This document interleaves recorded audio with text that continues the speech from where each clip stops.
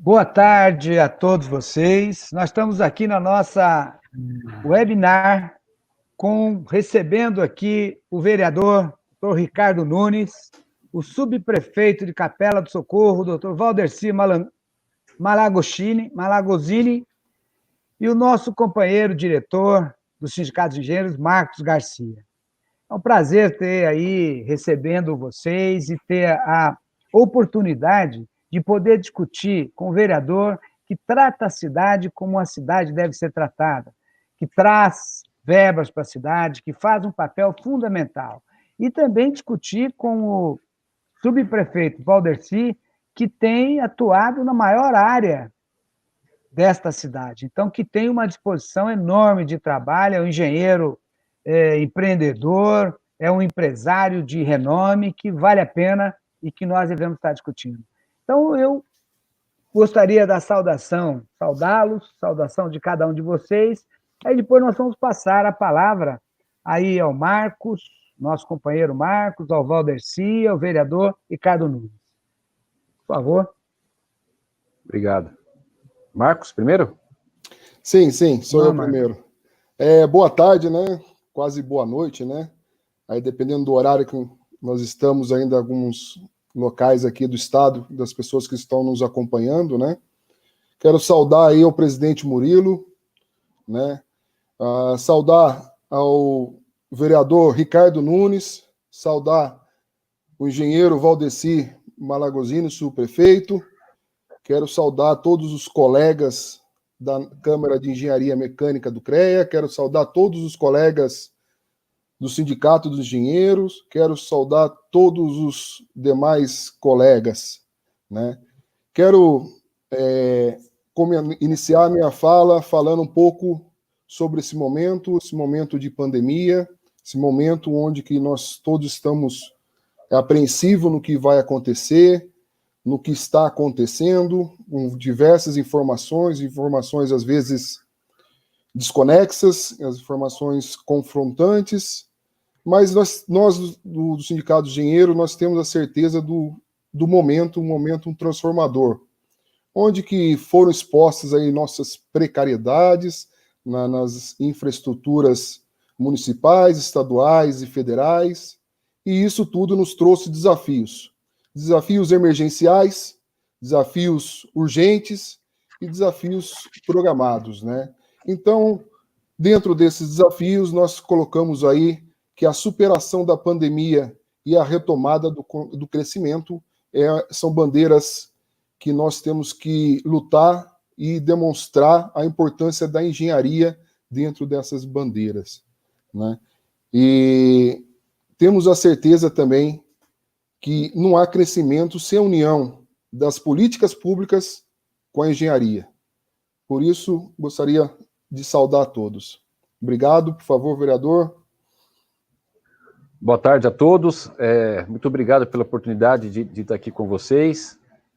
Murilo, amigo de bastante tempo, Marcos de casa, o Valdercy, e todos que estão aí nos assistindo. É uma honra muito grande poder estar falando aqui com todos os colegas aí que são, de uma certa forma, ligados aí ao Sindicato dos Engenheiros.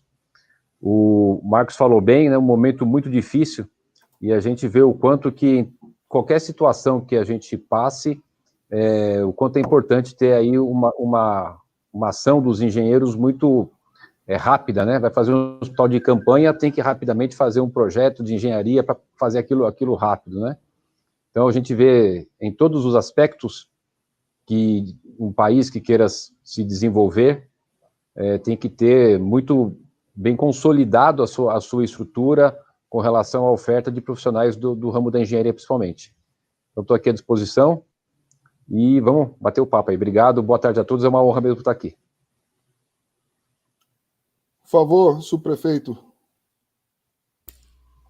Boa tarde a todos, boa tarde, Marcos, meu colega, nosso irmão, nosso presidente Murilo, vereador Ricardo Nunes. Discutir a engenharia na cidade de São Paulo eu acho que é muito positivo, porque sempre disse, né, que através da engenharia que nós vamos conseguir racionalizar serviços, melhorar a condição de vida do cidadão. E nessa época de pandemia, eu acho que o setor da construção civil, através da engenharia, vem fazendo a diferença. Eu acho que se não fosse esse setor, a parte econômica estaria bem pior hoje. E na parte da prefeitura de São Paulo, em si, no desenvolvimento municipal, a parte de engenharia, nós temos que passar por bons projetos para que tenhamos boas obras, né? boas implantações. Então, isso sempre que eu defendo, que uma obra não começa na hora que a gente coloca o primeiro tijolo, né? Ele começa na hora que você põe a prancheta, meio antigo aí, a prancheta para funcionar, o desenho e o planejamento. Então, uma obra bem planejada, que passa pela mão de nós, engenheiros e peritos arquitetos, é que nós vamos ter uma cidade mais racional, uma cidade mais humanizada. Com certeza. É isso mesmo, Valdeci. Bom, Ricardo, o Murilo, acho que caiu a conexão dele aí, acho que vamos dando um seguimento aí às nossas conversas, né?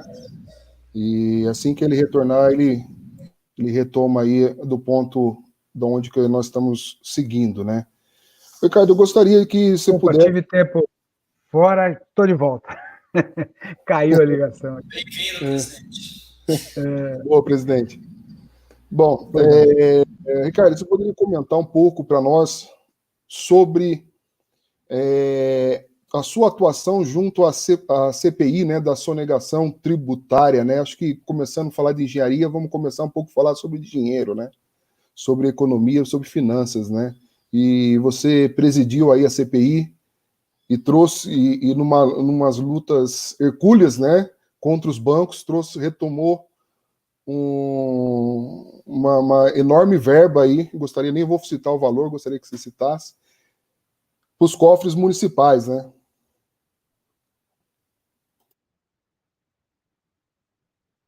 Está desligado. Está desligado. Ricardo, está desligado. O meu?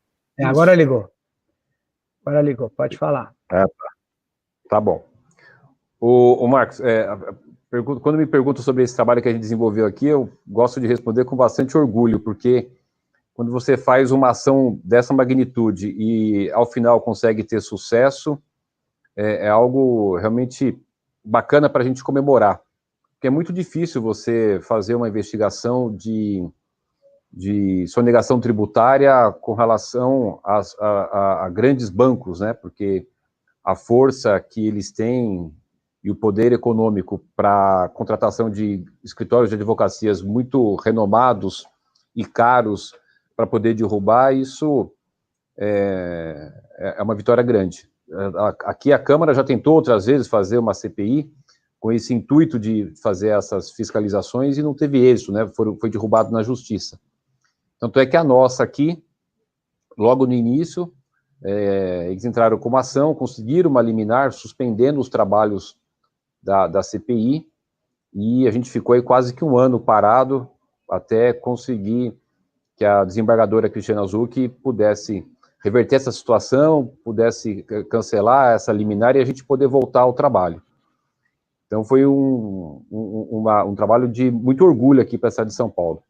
A gente tem antes de falar um pouquinho de detalhe da CPI, mas como a gente está aqui no ambiente de muitos engenheiros, né, e que as atividades dos engenheiros é muito relacionada à questão do desenvolvimento econômico, que a economia tenha ali suas atividades de forma contundente, que a prefeitura tenha recurso para fazer obras, que isso faça gerar essa máquina toda.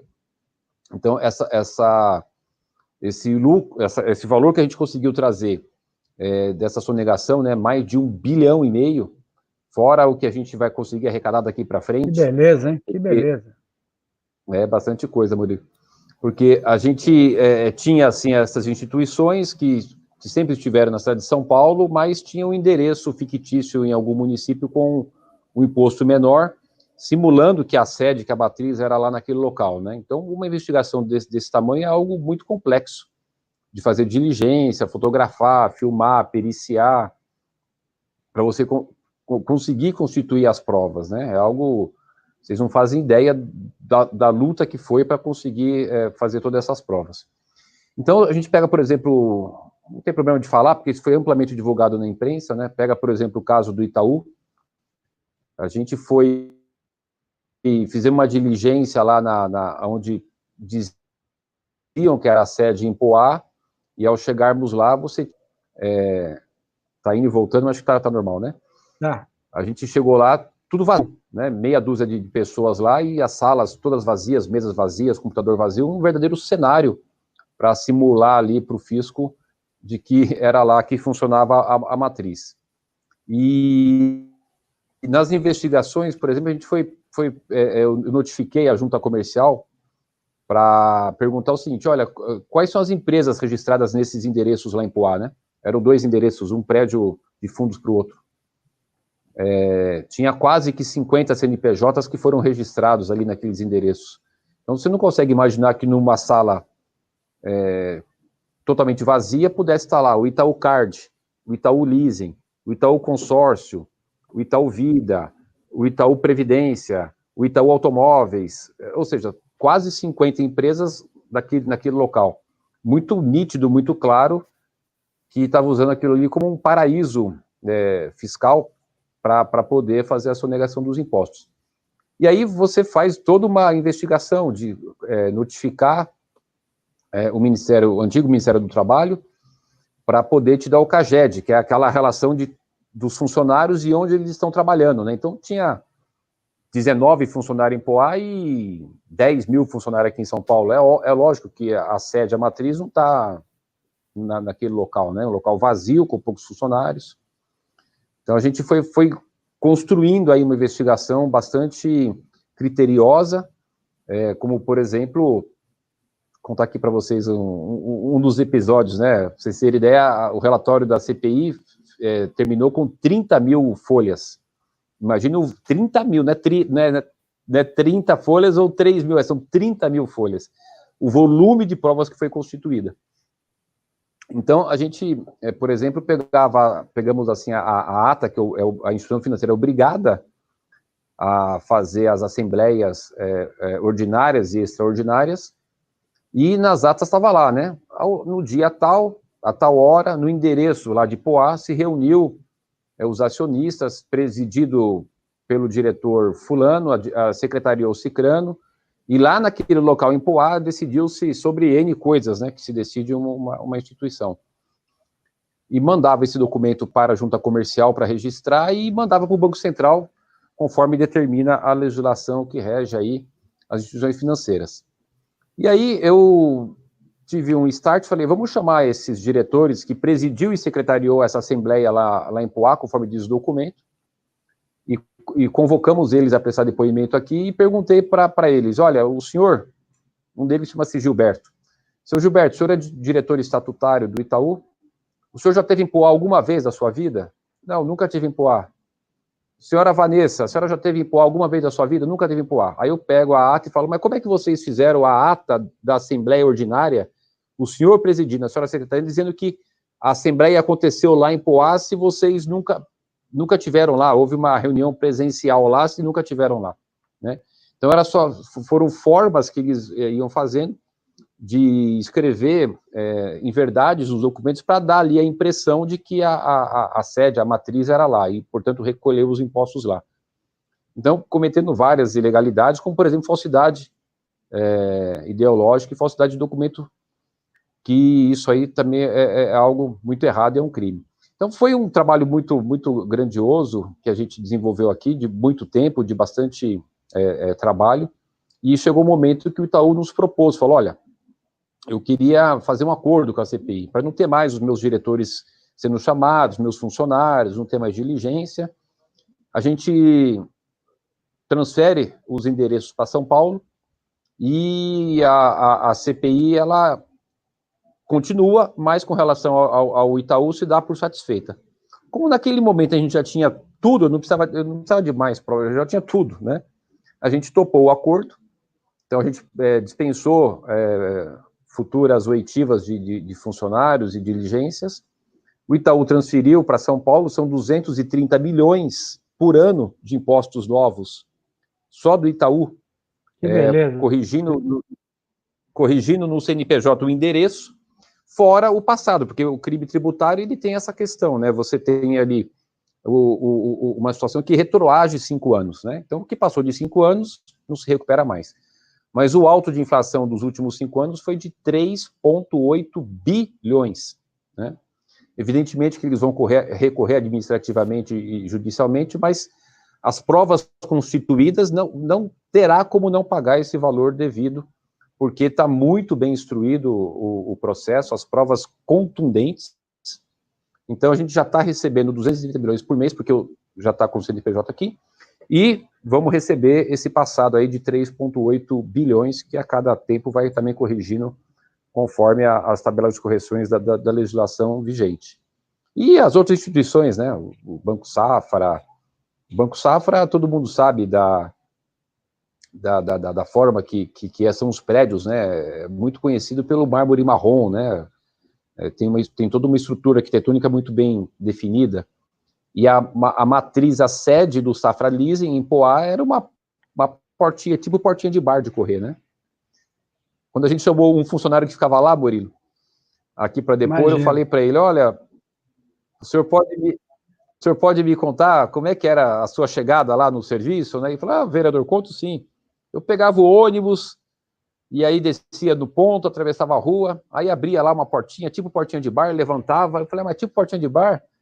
Ele tipo portinha de bar, aí a gente tava lá, e lá que era a sede.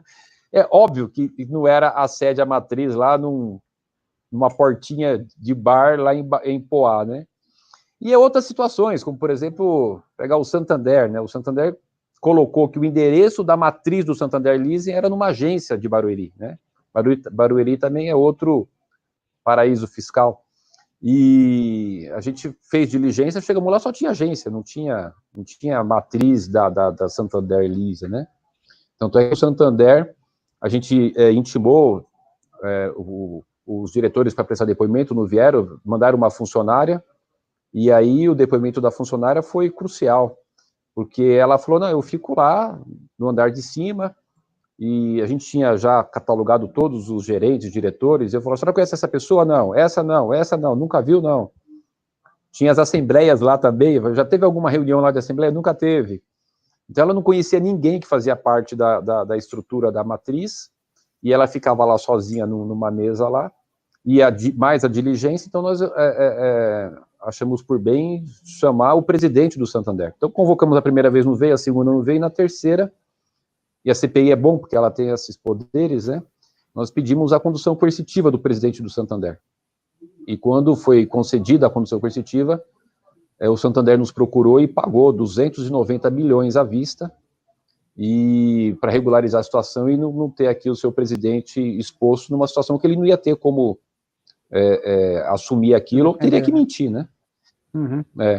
Então, foram um trabalho muito bacana que pega o BV Leasing, né? Então, estava com uma salinha lá em Barueri que tinha 3 CNPJs numa salinha pequenininha, e a gente fez diligência, chegamos lá com a portaria, com aquelas portarias que tem identificação, o acesso de pessoas lá pouquíssimas pessoas durante o ano inteiro, então era só realmente o endereço, pagaram, se não me engano, 38 milhões à vista, e várias outras instituições aí, mas o importante é que o resultado final, a gente fez um trabalho magnífico, porque além de ter a questão dos recursos, de arrecadar todo esse valor devido para a cidade, que isso vai ser revertido em obras, na saúde, na educação, também foi dado um recado, porque, o que eu imagino, por que uma instituição financeira que tem, né, lucros bilionários faz uma coisa dessa? Por confiar na impunidade,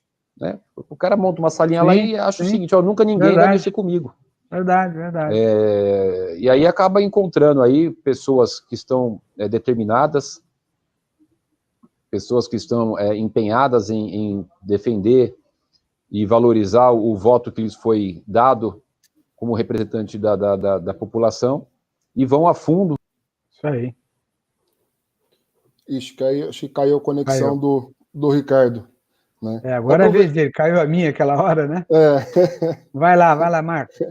Aproveitar, né, quero saudar aqui os colegas aí do sindicato, né, o Celso, o Teixeira, né, o Areias, está todo mundo entrando aqui no acesso aqui, o pessoal da Prefeitura de São Paulo, o pessoal lá da Associação de Taubaté, o Sávio, Renato Becker, o Henrique, o pessoal todo aí, está todo mundo entrando, o pessoal das empresas aí, CESP, EMAI, né, CET, o pessoal está todo mundo aí entrando, inclusive aí alguns superintendentes, né, um amigo meu, um irmão, que era superintendente aqui da CDHU, doutor Alexandre Ferri, saudar a todos aí, estamos aí com quase 200 pessoas nas duas lives acompanhando aí, então... Tá cortando. Muito bom. Ô, Valdeci, engenheiro Valdeci... Não, o vereador estava acabando de falar, Marcos. Vamos deixar o vereador, acabou de entrar, está acabando de falar, voltou, estava falando. Por favor, vereador. Vereador Ricardo. Será que é o nosso sinal? Ô, Ricardo, eu estou escutando. Não, fica toda hora caindo. Estamos escutando aqui. Estamos ouvindo. Estamos ouvindo aqui. Mas acho que ele Marcos, não está ouvindo. Está escutando aí, não? Estamos sim. Escutando, sim. Ah, tá. Agora voltou. Pode falar, pode continuar, vereador. Pode continuar, por favor. Pode? Ah, tá. Então, caiu, eu tive que reconectar. O que eu estava falando é que a gente ficou, assim, muito, muito feliz, porque, além desse valor todo que a gente conseguiu recuperar para a cidade, acho que demonstrar que não é possível que essas instituições continuem acreditando ainda na impunidade. Então, dá um recado bastante importante. E conversando com o secretário da Fazenda, ele falou, olha, Ricardo, foi bacana esses casos, porque o que teve já de mudança de endereços para a cidade de São Paulo, de várias empresas desse setor, porque começa a espalhar isso, né? Então, acho que os caras falam, opa, deixa eu correr e me acertar aqui, porque vão acabar chegando em mim. Mas, enfim, da CPI, para não me esticar mais, foi uma coisa fantástica. E a gente já teve outras, né? Em 2017, a CPI da dívida ativa, que a gente fez um trabalho fantástico, recuperamos mais de 1 bilhão também.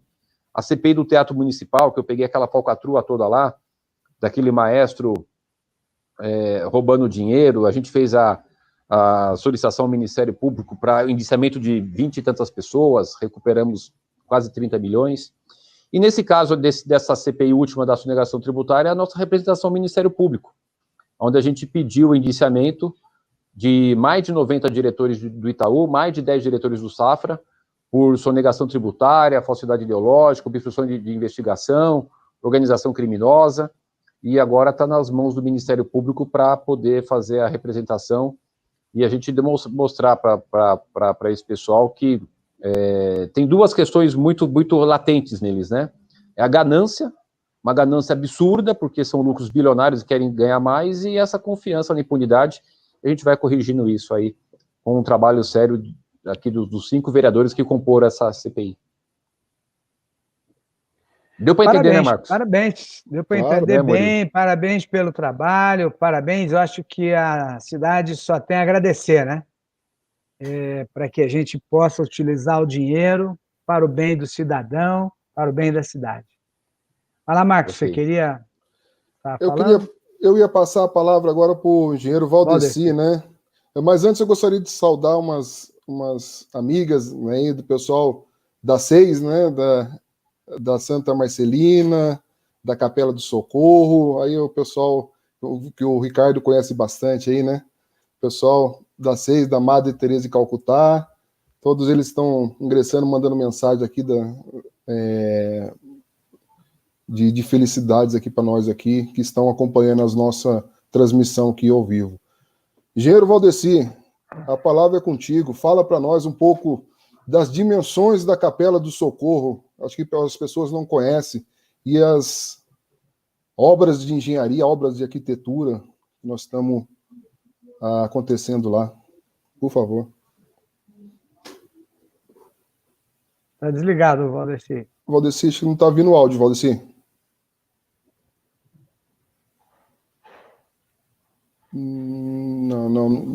Não estou te escutando. Vamos ver agora. Não. Pronto. Aberto. Isso, ligou. Agora foi. Agora ligou. Agora ligou. Meu microfone aqui que é meio fajuta. Mas eu estou me adaptando aqui, não estava muito acostumado, a gente não estava muito acostumado com esse tipo de reunião, né? Pelo menos eu não estava.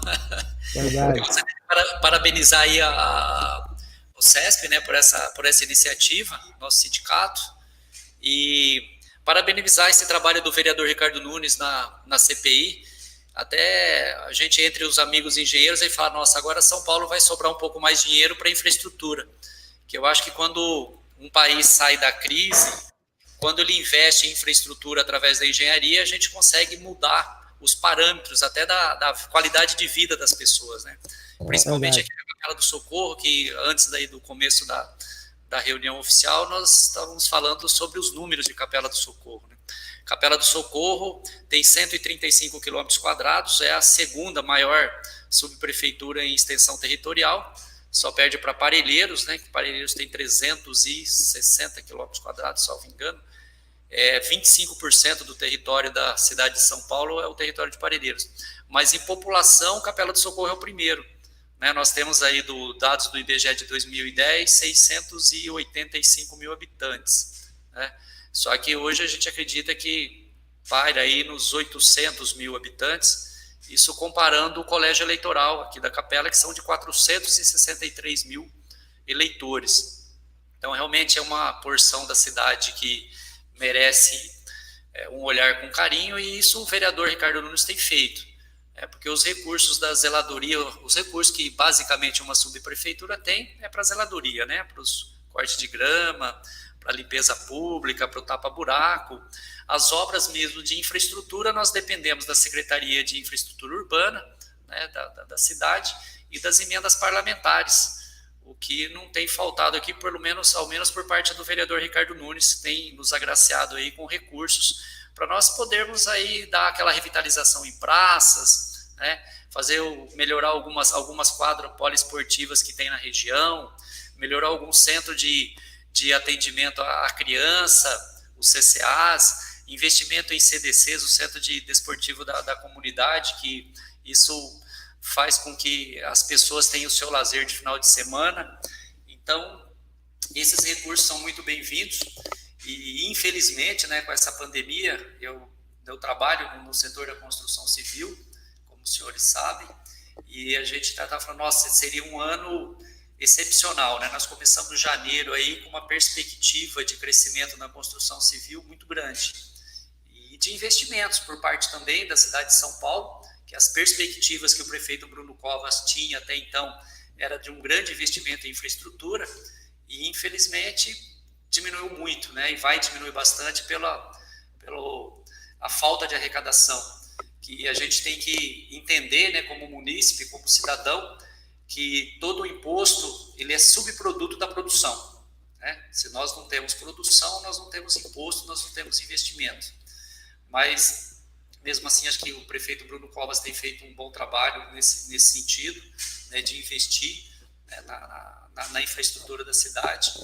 E, principalmente, né, o vereador Ricardo Nunes, que tem nos enviado para cá alguns recursos das emendas parlamentares dele, para a gente dar essa melhorada na região, que ela é muito carente, é um dos piores IDHs que tem, né, na cidade, infelizmente, mas a gente trabalha aqui diuturnamente para isso. Quando me confiaram, né, esse cargo, o desafio é muito grande, que eu sou morador da região aqui há 27 anos, né, se eu escorregar aqui na subprefeitura, eu caio dentro da minha casa, e a gente como morador, né, o desafio é maior, porque como munícipe, a gente sabe apontar o dedo, né? A gente é a pedra.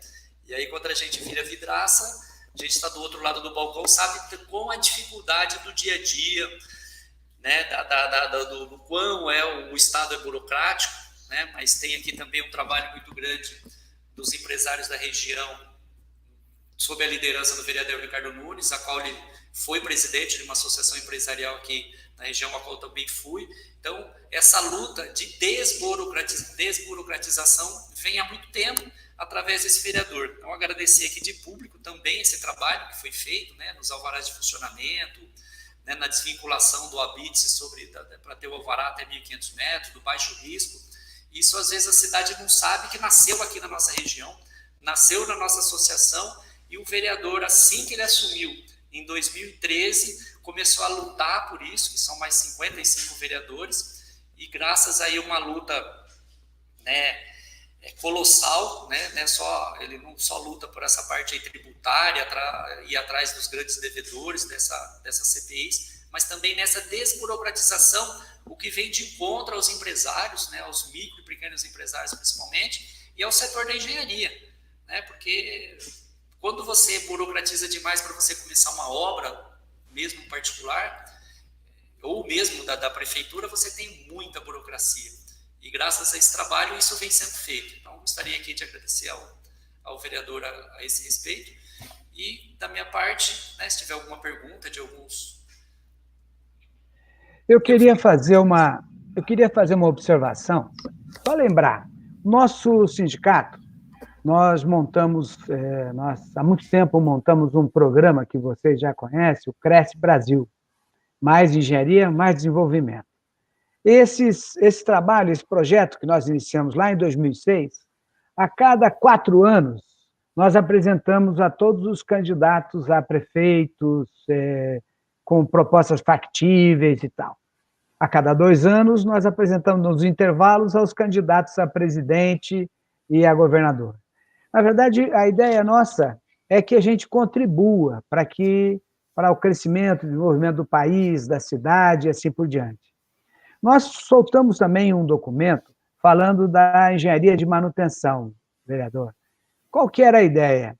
É que, de repente, fosse criada uma Secretaria de Engenharia de Manutenção na prefeitura, para que ela tomasse conta, tivesse lá olhando os viadutos, as pontes, as obras de artes da prefeitura, para que a gente tivesse condição de, se um vereador ou um prefeito quisesse saber sobre tal viaduto, ele tinha um histórico, porque ele teria uma manutenção periódica, você teria condições de deixar tudo muito bem ajustado, e gastaria muito menos, né?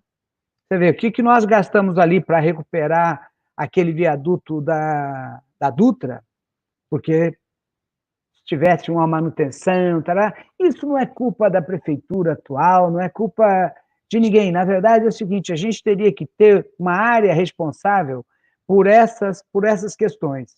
Eu tenho visto o vereador sempre tem dado para a gente força nessas questões, sempre tem acompanhado, e eu tenho certeza, Valdercy, que você também, como engenheiro, entende essa questão que nós estamos falando. Nós falamos, por exemplo,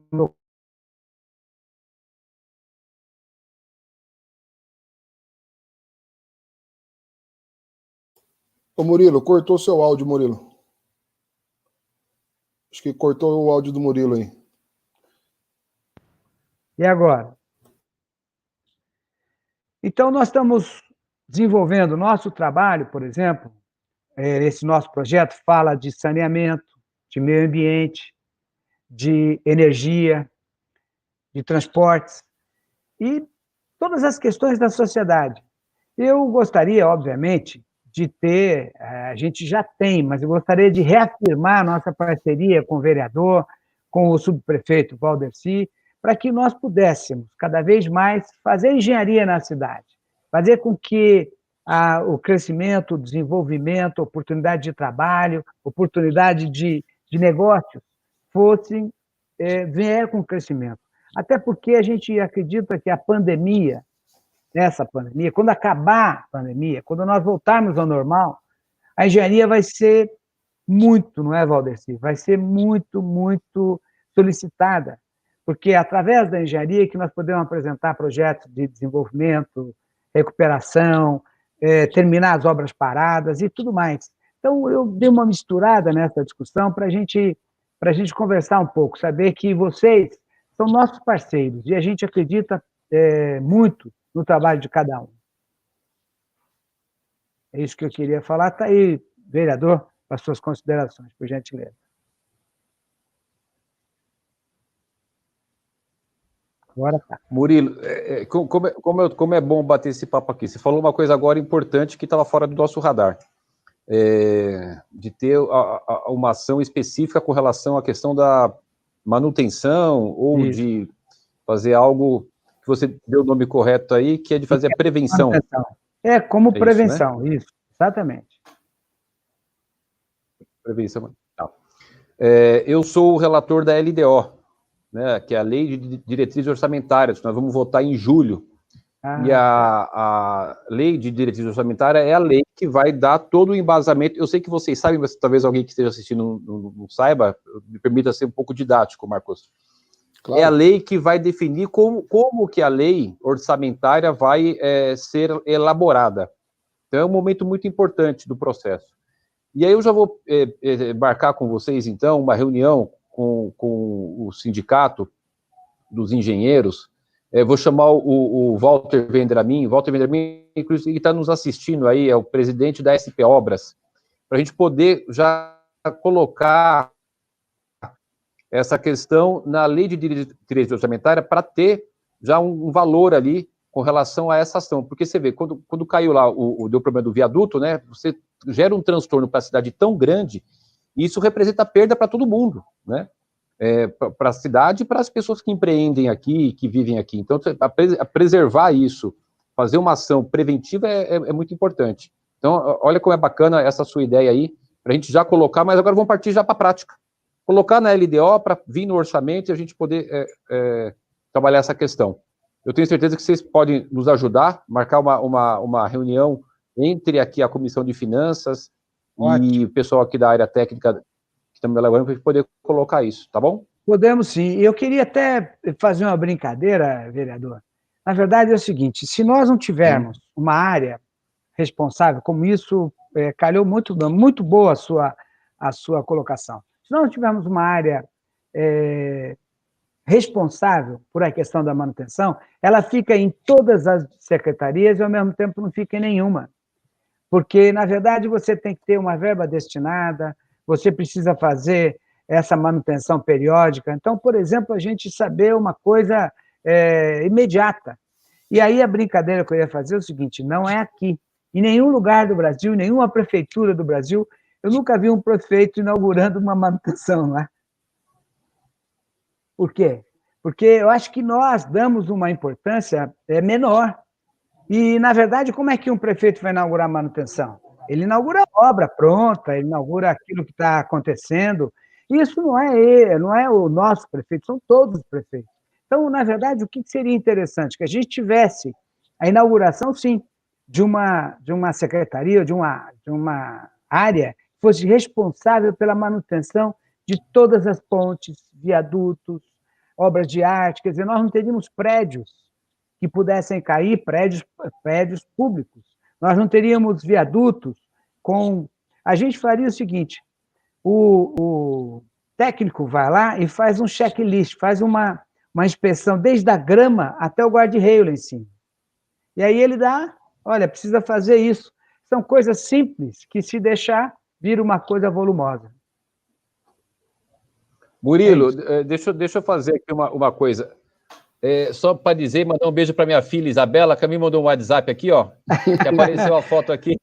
Ah, legal, manda aí, manda um beijo para ela. E nós todos estamos mandando juntos.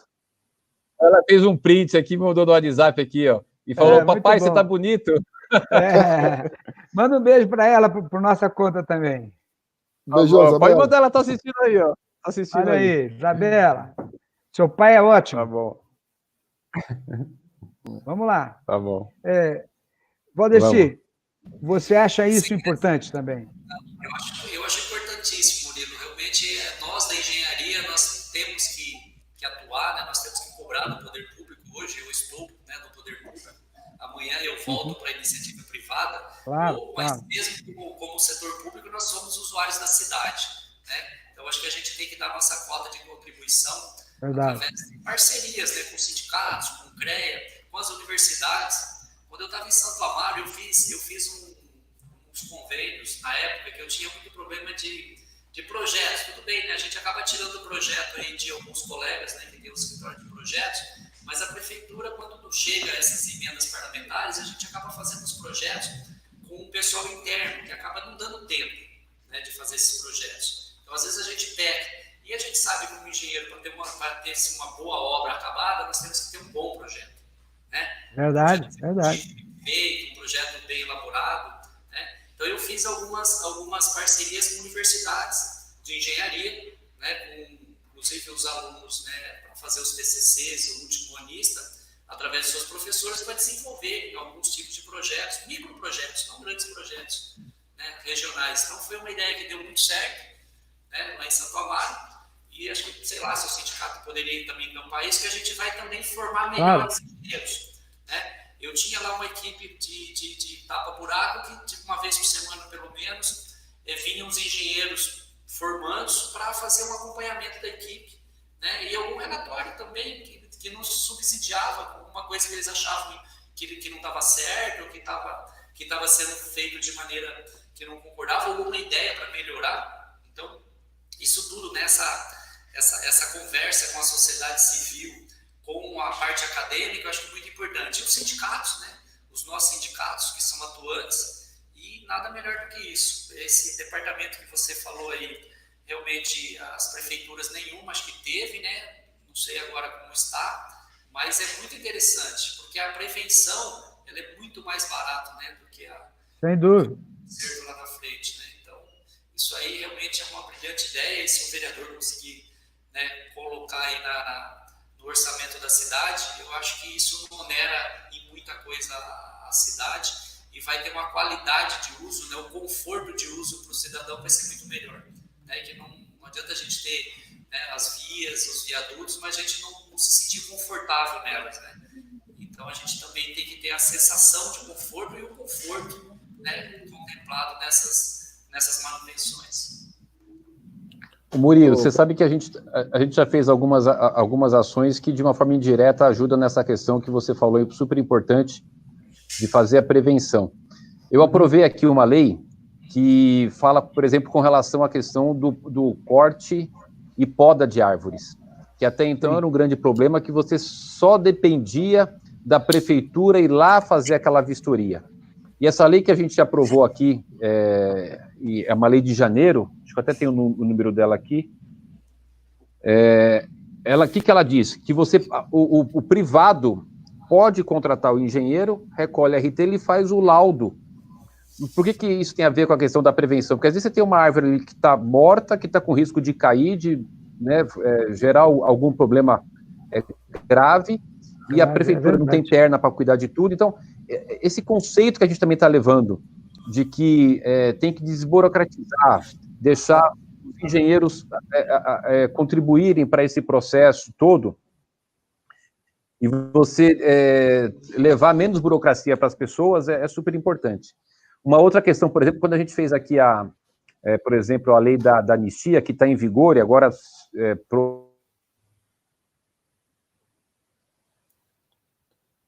Ixi, deu uma travada, Ricardo. Travou,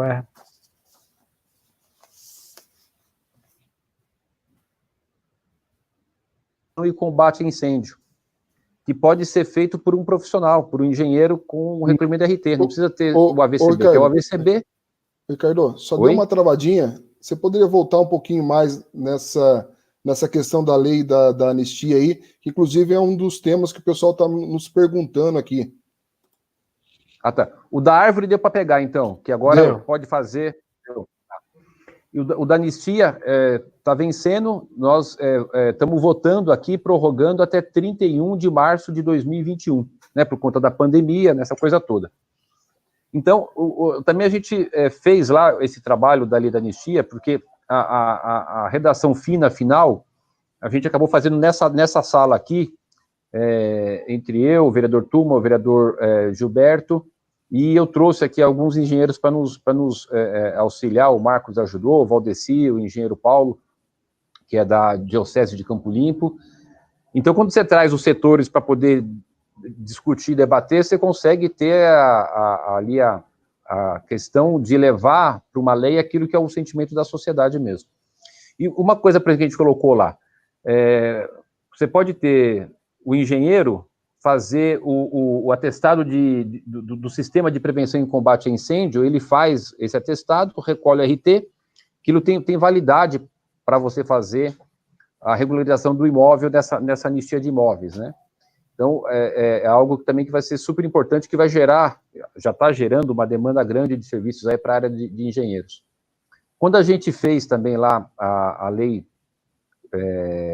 que desvincula o ABITS da licença de funcionamento, porque a gente tinha, quando eu entrei aqui, uma das missões que o Valdeci falou aí era poder ajudar que os comerciantes e empresários pudessem regularizar. A gente tinha mais de 80% de todo o comércio não conseguia tirar licença de funcionamento. E aí, discutido lá na ISU, que é a Associação Empresarial da Zona Sul, que eu fui presidente, e depois o Valdeci me sucedeu na presidência, a gente trouxe aqui para a Câmara esse debate. Falou, olha, não adianta querer pôr uma lei que ninguém consegue atender, isso gera insegurança jurídica, gera corrupção, né, porque o cara não tem licença, vai o fiscal e não consegue tirar licença e não fecha, e essas coisas todas que a gente já conhece. Então, o ideal é você deixar que os empreendedores tirem a sua licença de funcionamento, lógico, com segurança. E como é que é a segurança? Desde que seja um empreendimento de baixo risco, até 1.500 metros quadrados, com laudo de habitabilidade, senão aquele também cai, né? Não tem o habite e de repente está lá e cai o prédio. Não, tem que ter o laudo do engenheiro. Quando a gente fez aqui a prorrogação da licença condicionada, que é uma licença que vale por 2 anos, vai por mais 2, também com o laudo do engenheiro. Então, várias ações a gente desenvolveu aqui na atividade parlamentar, sempre trazendo a figura do engenheiro para auxiliar e agilizar todos esses processos. Então, são ações importantes e que eu conto sempre aí Muito bom. Eu sou quase engenheiro, viu, Murilo? Só falta o meu crédito. É verdade, arrumar um crédito, verdade. Tem ajudado muito esse processo. Nós temos muita honra de tê-lo aí, viu? Vai lá, Marcos. Obrigado. Ô, presidente, só sua licença, queria saudar aqui os servidores municipais, os engenheiros, né, que estão aqui, o pessoal da SP Obras que está mandando mensagem para nós, o pessoal do Departamento Hidroviário também está aqui. Inclusive, tem uma pergunta aqui no particular do pessoal hidroviário aqui com relação ao sistema de transportes públicos hidroviários municipais. Ricardo, acho que você poderia até responder, né? E pergunta aqui, outras perguntas sobre a legislação sobre o parcelamento, uso e ocupação do solo no município. Tem bastante, o pessoal está comentando bastante aqui. Saudar ao nosso candidato e futuro presidente do CONFIA, o engenheiro Paulo Guimarães, que está nos acompanhando. Paulo Guimarães, isso. Saudar também ao que está nos acompanhando, o engenheiro José Manuel, candidato e futuro presidente do CREA São Paulo. Né? E, bom, acho que Ricardo, você podia comentar um pouco aí desse transporte público hidroviário. Hidroviário. Olha, é uma coisa que é bom compartilhar com as pessoas aí, né? As pessoas falam assim, o legislador, de onde que ele arruma as leis, né? Não tem um potinho que você vai tirando, né?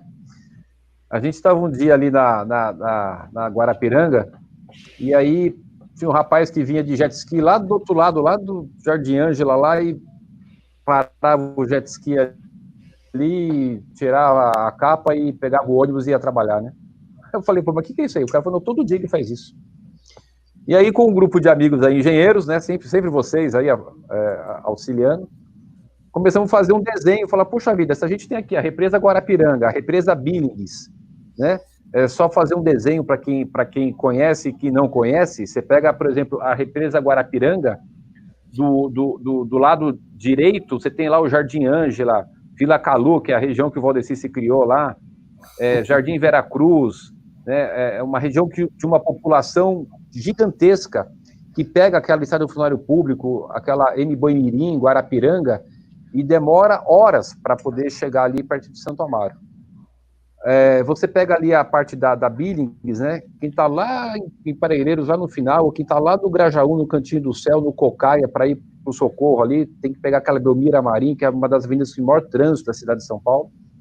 Ele falou, pô, se a gente pegar isso aqui e faz o transporte hidroviário, ele vem pela represa, né, vai ser fantástico. E os estudos que a gente fez, por exemplo, lógico, vai depender muito do horário de pico, né, mas a gente pegou um horário médio, saindo de carro, lá do Jardim Ângela, depois de Jardim Ângela para ir para o Socorro, dava mais de 1 hora. E de barco, fazendo ali a simulação de velocidade, igual é os transportes hidroviários que acontecem no Rio de Janeiro, acontece na Europa, Portugal, Dubai, né, no mundo inteiro desenvolvido, dava em torno de 14 minutos. Olha o tempo, o ganho. Nossa, e não gasta beleza. pneu, Murilo, não tem buraco na pista, né? E é uma paisagem linda. Não congestiona nada. Não congestiona a economia, né? E são patrimônios que estão ali já postos só para usar, né? Patrimônios hidroviários, né? Verdade. E aí a gente apresentou um projeto de lei, fizemos várias audiências públicas aqui, muitas pessoas contribuíram para a redação, incluímos no plano diretor da cidade, né, lá em 2014, como algo importante, como plano diretor da cidade, coloquei na lei de zonamento, porque tem as questões dos terminais hidroviários, aprovamos a lei do transporte hidroviário, inclusive com a integração do bilhete único, né, ele poder usar o transporte hidroviário do bilhete único, então estava tudo pronto. E o que precisa agora? É do executivo fazer a implantação, por concessão, por PPP, né? E quando o secretário do transporte que estava, a gente foi conversar e a gente constituiu um grupo de trabalho. Eu devo muito a essas pessoas, porque todo esse projeto foi elaborado com o pessoal da FAO, da USP. Então, criou-se lá o professor Alexandre Delijaikov, que é o professor da FAO, e a gente constituiu um grupo de trabalho grande, de mais de 30 pessoas, para discutir e apresentar esse projeto. Aprovou a lei e agora fomos para a implantação. Quando a gente vai para a implantação, a gente começa a enfrentar problemas, que são as questões de reserva de mercado, né? Quem é de empresa de ônibus não quer o hidroviário. Aí fala, por que não dá o transporte hidroviário como concessão para os ônibus de empresa de ônibus, né? O importante é que a gente coloque essa atividade para funcionar, porque não existe dúvida, Marcos, né? O pessoal que está aí, que é da área de hidrovia, sabe, não existe dúvida da eficácia do ganho com relação à implantação do transporte hidroviário aqui em São Paulo, iniciando na Guarapiranga e Billings, e depois podendo ir pelo Rio Pinheiros e até Tietê. Algumas situações dependem de eclusa, não vou detalhar tanto aqui, porque senão a gente vai perder o tempo todo nesse assunto. É algo muito, muito bom. Se vocês colocarem no Google, por exemplo, o vereador Ricardo Nunes, hidroviário, tem uma matéria do G1, que foi feito, inclusive, com o projeto dos pontos, dos terminais, do tempo de locomoção, que a gente fez junto com o pessoal da FAO da USP aí. É um sonho, precisa só implantar. Muito bom, tá prontinho. Muito bom. Muito bom. Qual que era outro tema que você falou? Hidroviário, né? Que era... o pessoal estava falando um pouco aí sobre o parcelamento, uso e ocupação do solo no município, né? Essa lei a gente já votou, já está em vigor, né? É um tema que o Valdeci conhece bastante. Eu acho que ficou bom. Acho que o Valdeci pode comentar o que ele achou, que foram o relator desse projeto aqui foi um médico, o vereador Paulo Franjo, vereador muito bom. A gente tem aqui na Câmara, até aproveitar, 1 minuto para falar. Às vezes a gente pensa assim que a gente tem assim fala mal dos vereadores, né? A gente tem aqui um grupo de vereadores, não vou ser hipócrita dizer que são todos, mas uma grande maioria aqui de vereadores valorosos, né? O vereador Paulo Franjo, por exemplo, que foi o relator da lei de uso e ocupação do solo, fez um grande trabalho e conseguiu fazer aqui um projeto muito bom. O Código de Obras, a gente votou o Código de Obras, também ficou um material que eu considero bastante bom. Eu só estou fazendo agora um projeto de lei para corrigir algumas questões de prazo, porque está muito extenso o prazo. Você, para entrar com o pedido, para ter o comunique-se, está muito longo, né? Eu acho que deu 45 dias, a prefeitura não respondeu, né? Dá o início de obra. Responsabilidade do engenheiro que foi lá e fez o RT, que ele vai cumprir a legislação, também precisamos passar a responsabilidade para o responsável técnico, né? Não pode ser tudo o Estado. Enfim, eu não quero me estender mais. Acho que o Valdeci pode comentar se ficou bom aí a lei de zonamento. Eu vou comentar aqui, mas o especialista aqui em uso e ocupação do solo é o vereador Ricardo Nunes. Ele não é engenheiro, mas desse ponto ele trabalhou tanto. E ele falou do vereador Paulo Franja, né? Teve dia de eu sair lá da Câmara, 10 horas da noite, e ele ficar lá ainda com mais umas 5 ou 6 pessoas pro lado de fora do gabinete para atender, né? E assim como o vereador também foi um dos que mais levaram proposta de emenda, né, para a lei de uso e ocupação do solo, foi o vereador Ricardo Nunes. A colaboração minha foi nada, praticamente, pelo que ele fez. Então, eu não hoje eu falo assim, eu não tenho condições de discutir uso e ocupação do solo de igual para igual com o vereador Ricardo Nunes. Não tenho. A gente conhece bastante sobre isso, mas eu não tenho condições, tanto que ele estudou e se dedicou durante a elaboração do plano diretor. Então, é mais, tá vendo? A gente, chovendo molhado aqui, né? Mais um setor que o vereador também se dedicou muito nesses anos todos. Né? Parabéns aí pela dedicação, né, para esse nosso setor. Né? Melhorou bastante do que estava.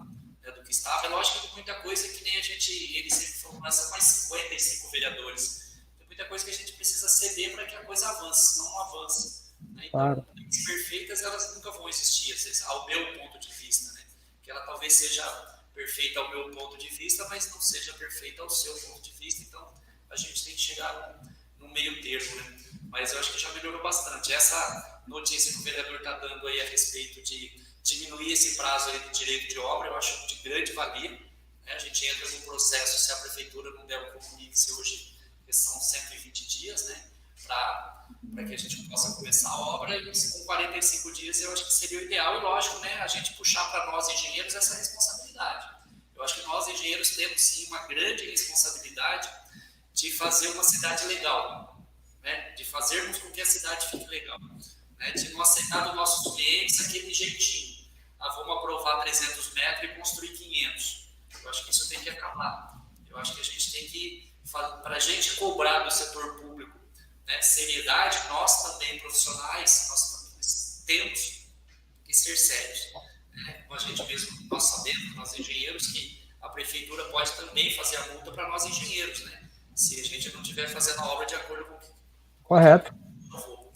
Então, eu acho que esse é o caminho, essas discussões, né, do mais, estou aqui à disposição, né, dos senhores para algumas perguntas. A gente tem esse sabe... tema... Pois não, vereador. Não, só ia comentar o seguinte, por que deu muito certo todas as leis que foram feitas? Porque teve muita audiência pública. O que nós somos? Nós somos um agente da vontade da população, né? Então, acabou... Por exemplo, o que a gente defendia? Olha, o pequenininho, e não dá para tratar ele igual ao grande, né? Então, não pode mais o fiscal ir lá e já multar o pequenininho. Ele tem que primeiro notificar, falar, ó, você está faltando isso, primeiro providenciar, para depois, seguindo providenciar, multar. E a gente está tentando constituir, é bom que tem bastante pessoas da prefeitura aí, constituir um conceito, Murilo, Marcos, Valdeci, todo mundo está assistindo, de que é ruim só o poder público ir lá e cobrar do empreendedor, cobrar. Ele tem que criar uma cultura de chegar nas pessoas e falar assim, o que eu posso te ajudar? Sei. Eu sou prefeitura, eu sou governo, o que eu posso te ajudar? Né? Então, e desburocratizar é algo super importante. Eu queria frisar, vereador, já estou lhe chamando de governador, olha que bom. Você sabe que eu queria frisar o seguinte, essa nossa reunião, nós estamos tratando como a engenharia como protagonista do desenvolvimento municipal. Por que a gente fala sobre isso? Eu acho que tudo que nós vemos, tudo que tem engenharia. A engenharia está presente em tudo.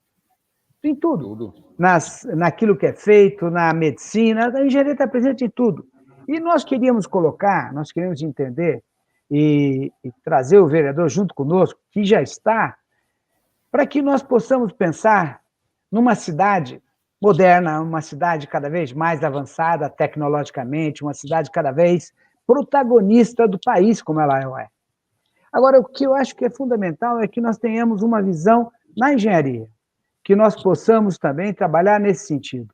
Eu fiquei muito contente, e acho que toda a Capela do Socorro, toda a região deve ter ficado, a indicação de um engenheiro civil, um empreendedor, um empresário, para ser o subprefeito de Capela do Socorro, com uma indicação sua, vereador. Isso prova que nós estamos pensando numa cidade melhor, uma cidade com mais vitalidade, com mais engenharia, com mais desenvolvimento, com mais oportunidade a todos.